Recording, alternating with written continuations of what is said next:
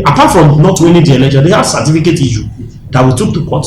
We deliberately hang that thing away from court so that people of Kwara will now see the difference between when we were in government and now. And I'm glad that today people have started talking. In fact, personally, I challenge them on the outcome of this local government election primary last. That you people in Otobe that have been talking about Mufue under the last dispensation of government, why are you not speaking out for the cruel manner in which the APC conducted itself in its primary this time around? So, but going back to what happened in 2019, yes, to the last general election 2023, do you think PDP actually have the wherewithal to win this local government, even if it's not going to be a landslide victory? It will be a landslide victory, my brother. The truth is that who is ready to vote APC again? I can't answer that. No, because everybody know that this is the want of an average Nigerian. But he went, sending his Attorney General of the state to go and challenge that process in court. They challenged, and even made a reckless statement that giving an autonomy to local government will actually impoverize the people.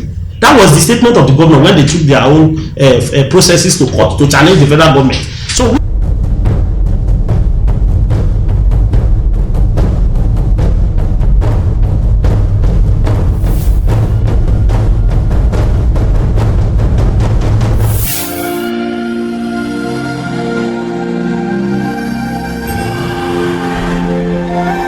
good day, viewers.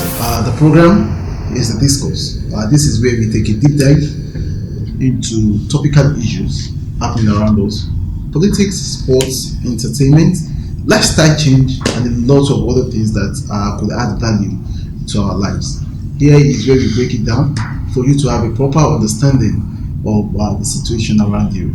This is Informat 247, and I remain your humble host, Ismail and Kiyesola. And the program, once again, is The Discourse. Today, we have a guest, and he's a popular figure. He's somebody that you all know. He's not any other person other than the state PRO of People's Democratic Party. Talking about no any other person other than Olushola, known as Shollyment. You're welcome to the program. Thank you, Ismail. Good to have you. It's a pleasure to have you. It's good to have you on the blog. Quickly, let's set the ball rolling immediately.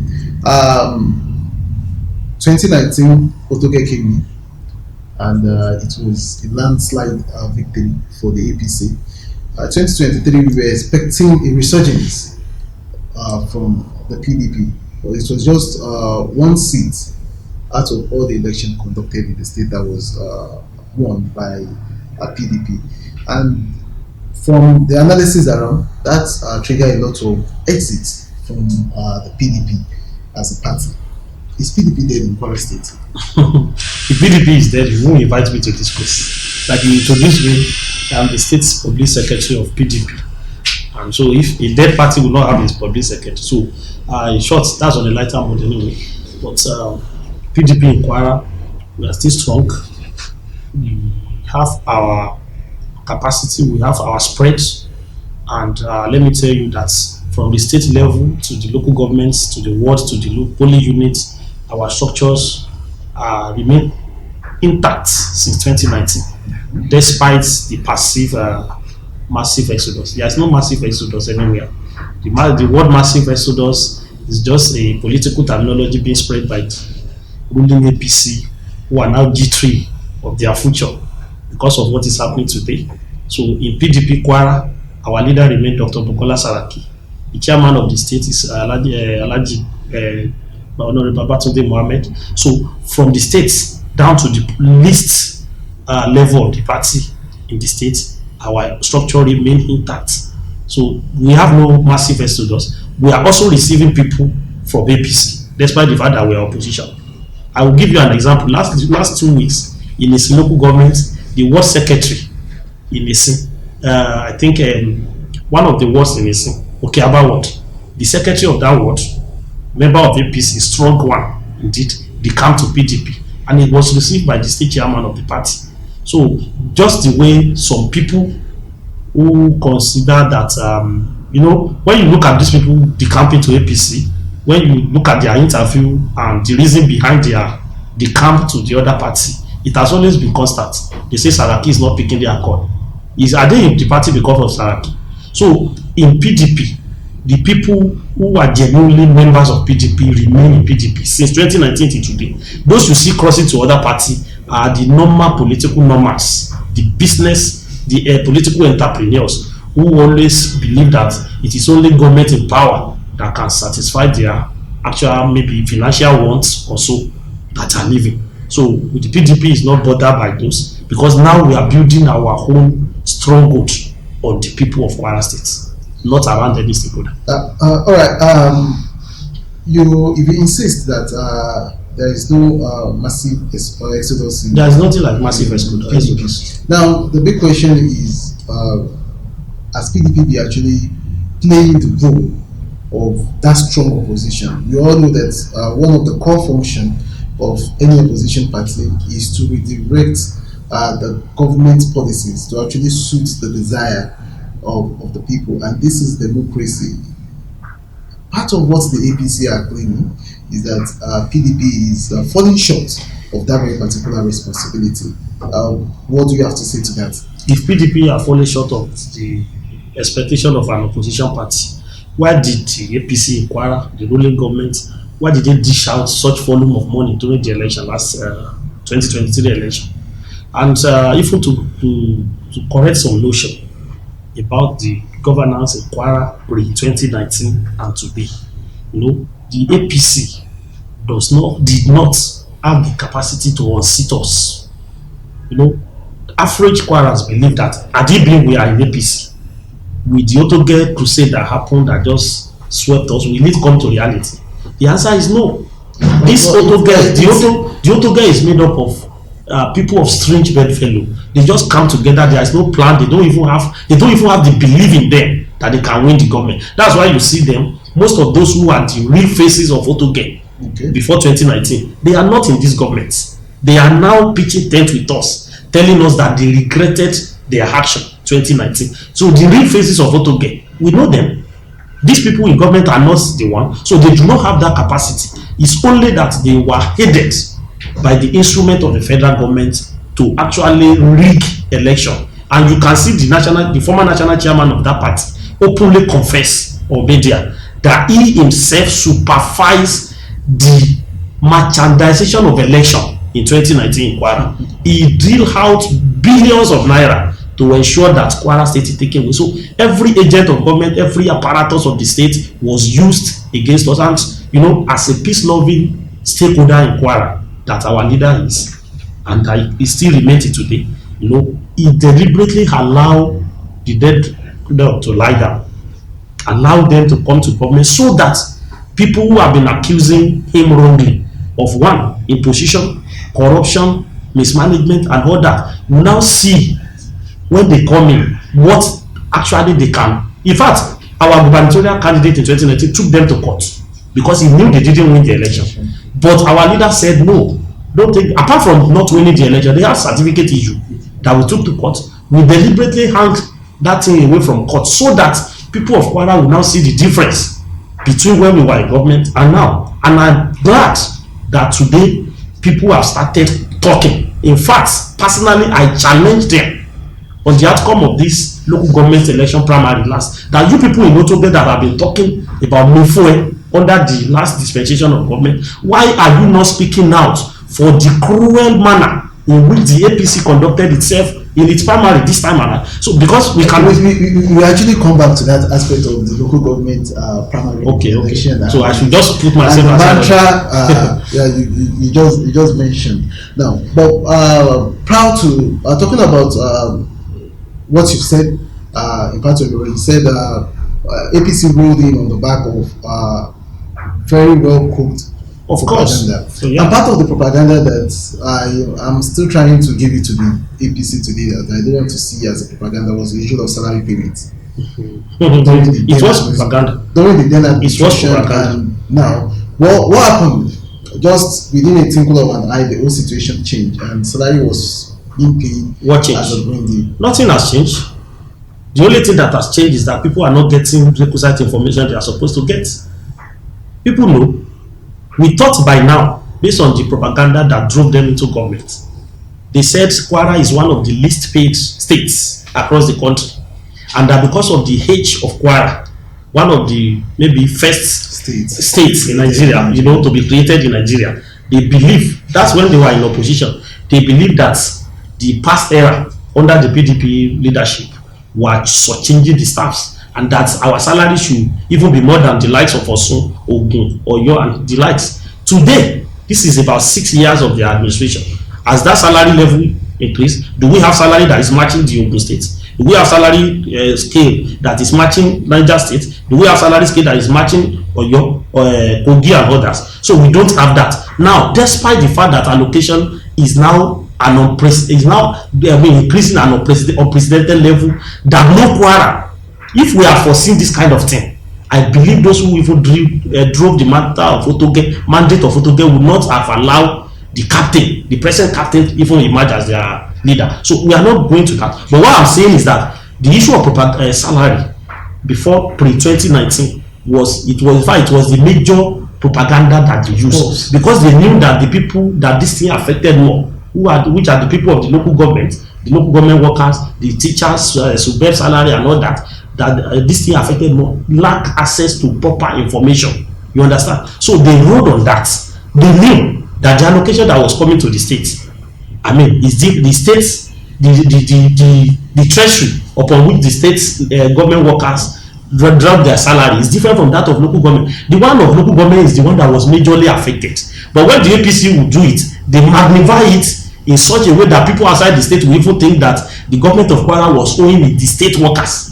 Unfortunately, fortunately, the state governments that they tried all its best and introduced what we today have as KWIRS, that is generating income for the state. And that income was not only used to pay salary, it was also used to build, to facilitate a lot of infrastructural facelifts.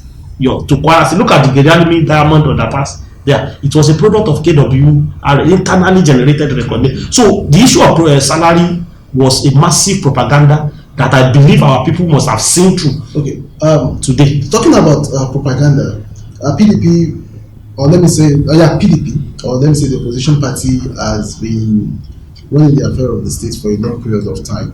I would like to get an insinuation from you. What do you think PDP would have done different if they're still in government now? If we are in government now, before we left government, we have actually put this state developmental wise. This state was already, we have already designed master plan for the next 50 years. I think there was no disruption. So if today PDP is in government, we promised in 2019 that we will be the first to pay 30,000 minimum wage, and it's not going to be consequential adjustment. We promised that. Our gubernatorial candidate at all promised that. We would have done it. Today, Kwara State, as I'm talking to you, Kwara State government is not yet paying the 30,000 minimum wage in full. It is in consequential adjustment. Other grades, level 2, 3, 4, 5, 6, they are not receiving the normal salary scale of the 30,000 minimum. We are not getting it right now. So I wonder how Kwara State is going to even level up to the 70,000 naira minimum wage that the federal government is now proposing. So one of the things we will have done better will have been to, before the federal government even announced its own 70,000, maybe Kwara State today, our own worker will have been receiving 70,000 as minimum wage. That is what we will have done.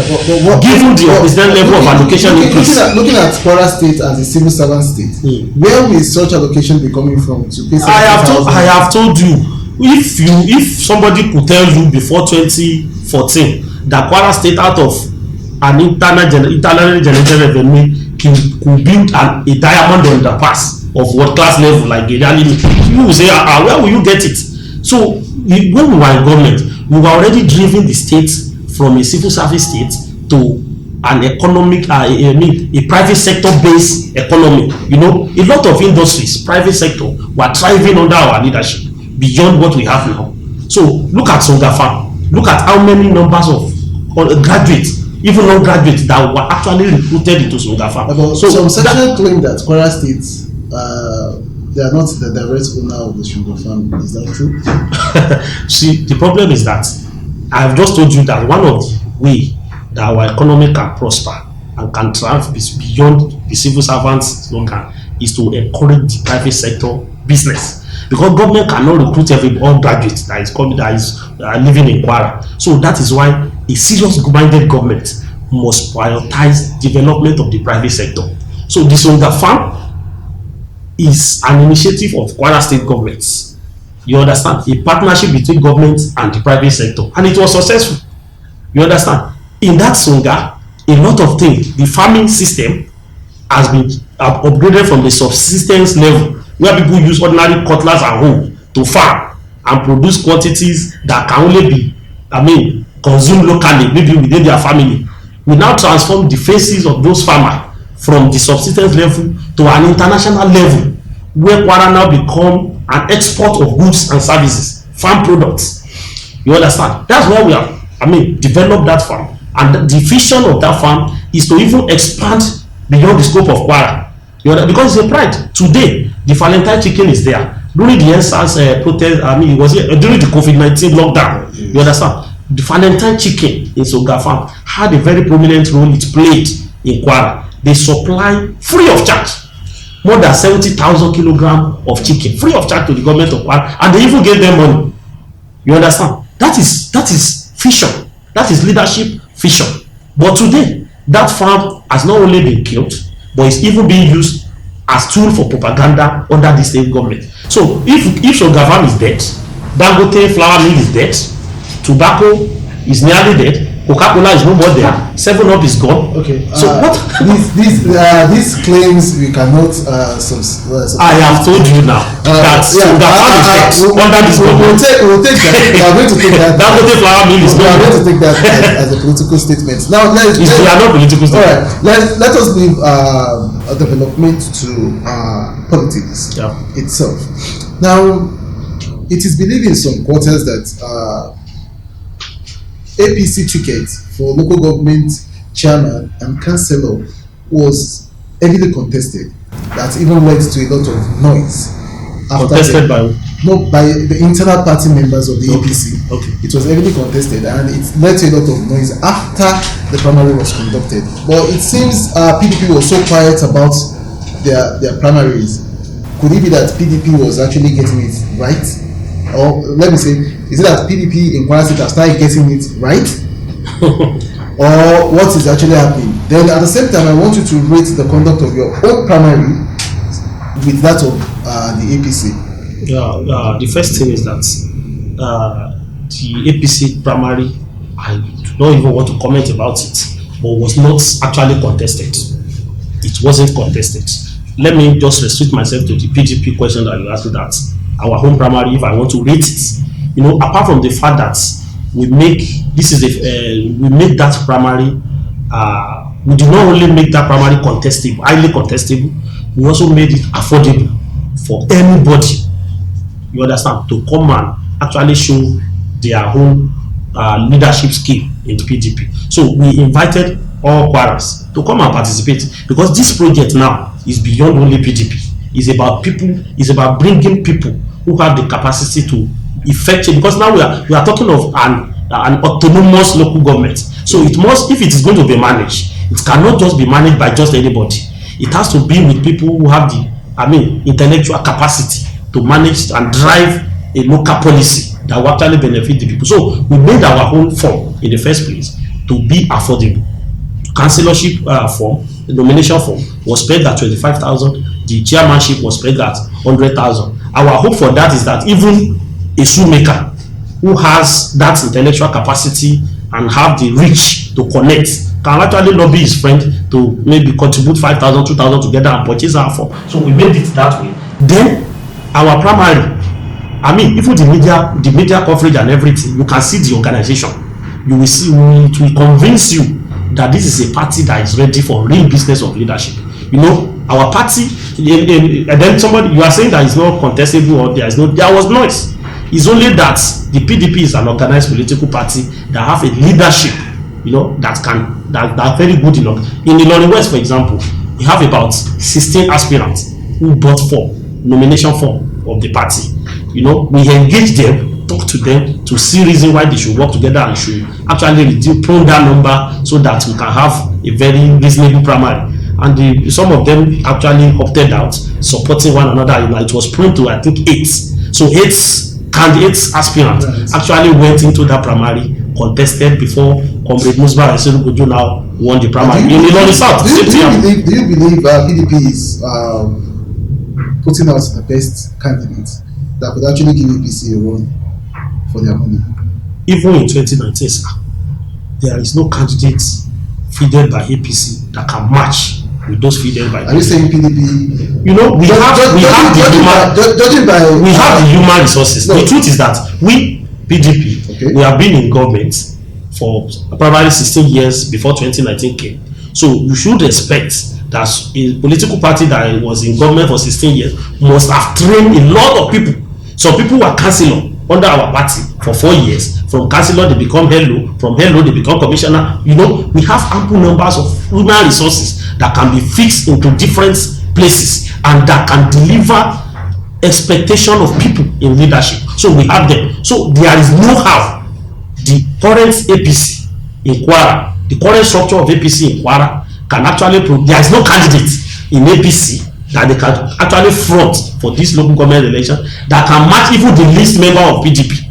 I don't know if you get that one. So talk less of now the fact that now that we are now engaging in party primary, real democratic primary, that people, even those who see themselves as big comrades, went into that primary and lost.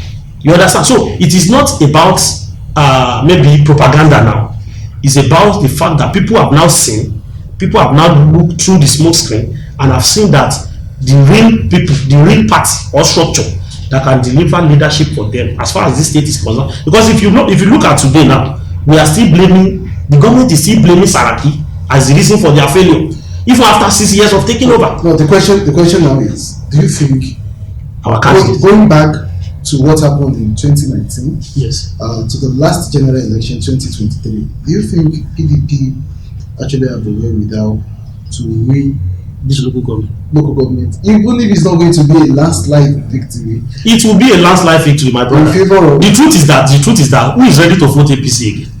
I can't answer that. No, the people can answer that. Who will vote APC again? What has APC brought to the table since 2019 that they took over? What out of their numerous promises, propagandas of promises, which of them has come to reality? Number one, the issue of salary. Have they increased salary of our civil servants?